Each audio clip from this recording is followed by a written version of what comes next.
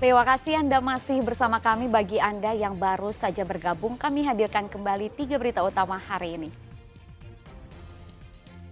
Menjual gadis berusia 17 tahun, seorang mahasiswa di Kota Makassar ditangkap polisi. Sejumlah produk perawatan kulit disita polisi karena mengandung bahan berbahaya merkuri. Diduga dipicu kesalahpahaman, massa pendukung dua pasangan calon gubernur dan wakil gubernur Sulawesi Selatan terlibat bentrok di luar arena debat.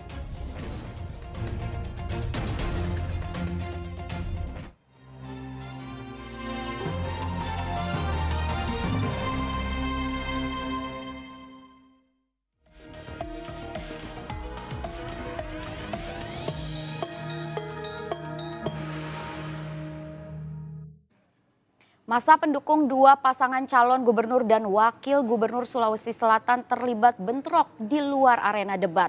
Kericuhan diduga dipicu kesalahpahaman saat dua kubu pendukung saling berpapasan di luar arena debat.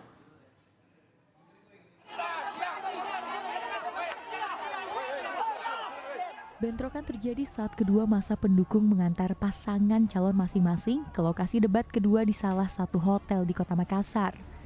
Massa pendukung kedua pasangan calon gubernur dan wakil gubernur Sulawesi Selatan ini saling serang di luar arena debat di Jalan Raya Petarani Rapocini, Kota Makassar Minggu sore.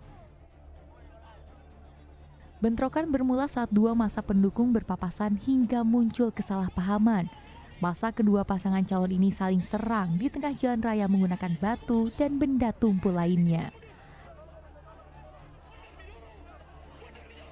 Amarah massa yang makin memanas sempat membuat aparat kepolisian gabungan kewalahan.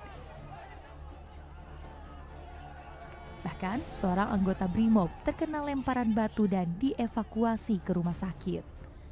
Aksi saling serang akhirnya mereda setelah kedua kelompok massa dilerai petugas yang menerapkan barikade terpisah. Jadi tadi kesalahpahaman antara kedua kelompok pendukung, ya kebetulan kan di jalan padat, kesalahpahaman itulah yang akhirnya memanas, kemudian ada sedikit terjadi terjadi antara kedua kelompok. Kita tadi sudah bisa antara kedua belah pihak dan kita memberikan pemahaman kepada mereka karena ini kan pesta demokrasi dan sudah debat dan juga selama ini kan sudah aman terkendali. Sehingga alhamdulillah mereka kedua belah pihak sudah saling memahami, mengerti, mereka akhirnya bisa membuatkan diri, bisa melaksanakan untuk mendukung masing-masing dengan aman dan terkendali.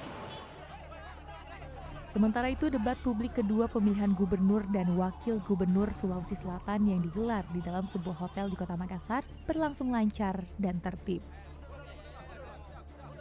Raisa Abu melaporkan dari Kota Makassar.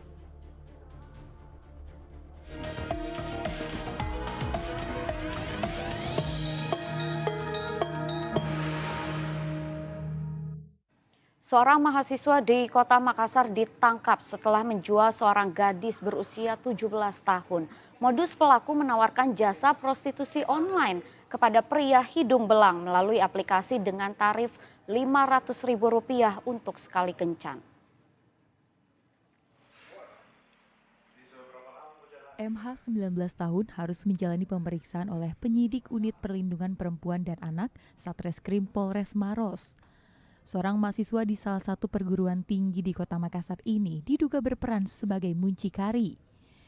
MH ditangkap pada Kamis malam di sebuah hotel di Kecamatan Marusu, Kabupaten Maros bersama seorang remaja perempuan berinisial R, umur 17 tahun yang dijadikan sebagai pekerja seks komersial atau PSK. Modus pelaku menawarkan jasa prostitusi online kepada pria hidung belang melalui aplikasi dengan tarif minimal Rp400.000 hingga Rp500.000 untuk satu kali kencan. Praktik prostitusi ini sudah berlangsung selama 1 bulan dan melibatkan gadis di bawah umur yang baru lulus sekolah serta tidak memiliki pekerjaan.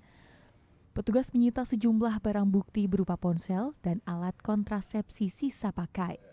Berawal dari aduan masyarakat, kemudian unit PPA Satreskrim Polres Maros melakukan penelusuran penyelidikan ditemukan ada wanita remaja 17 tahun berinisial R yang dijajakan oleh mucikari. Di TKP kami temukan ada alat kontrasepsi, kemudian uang cash 500.000 yang pada malam hari itu bukti transaksi penjualan jasa pekerja seks komersil. Rencananya petugas akan memanggil keluarga sang gadis. Sedangkan muncikari ini terancam pasal tindak pidana perdagangan orang atau TPPO dan perlindungan anak perempuan dengan hukuman maksimal 15 tahun penjara.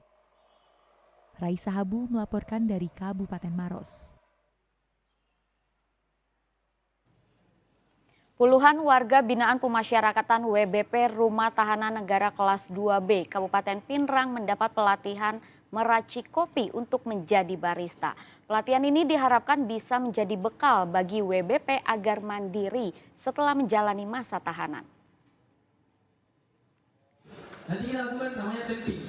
Kalau biasanya para warga binaan ini meracik kopi instan, kini mereka dilatih untuk bisa meracik kopi sendiri layaknya barista. Kamis lalu sebanyak 34 orang warga binaan permasyarakatan atau WBP Rumah Tahanan Negara Rutan Kelas 2B Kabupaten Pinrang mendapat pelatihan meracik kopi. Para warga binaan ini pun antusias untuk belajar meracik kopi. Semua peserta mencoba seluruh proses pembuatan kopi, mulai dari proses penggilingan hingga menjadi espresso. Tak hanya belajar meracik kopi, para tahanan juga belajar untuk mengoperasikan mesin kopi. Pelatihan menjadi barista bagi WBP ini diharapkan menjadi bekal hidup untuk mandiri setelah para narapidana selesai menjalani masa tahanan di Rutan Kelas 2B. Jadi ada sebanyak 34 warga binaan yang tergabung dalam warga belajar PKBM Pengayuman Lasinrang mengikuti pelatihan ini.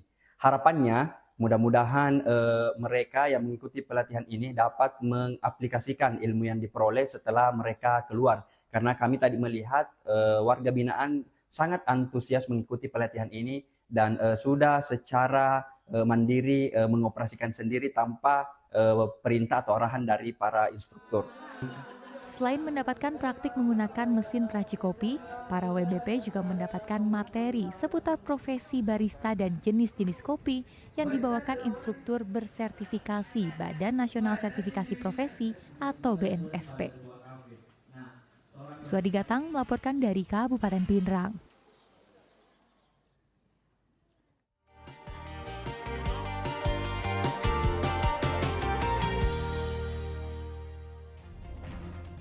Informasi tadi sekaligus mengakhiri jumpa kita hari ini. Atas nama rekan yang bertugas, saya Rizka Dior mengucapkan terima kasih atas kebersamaan Anda.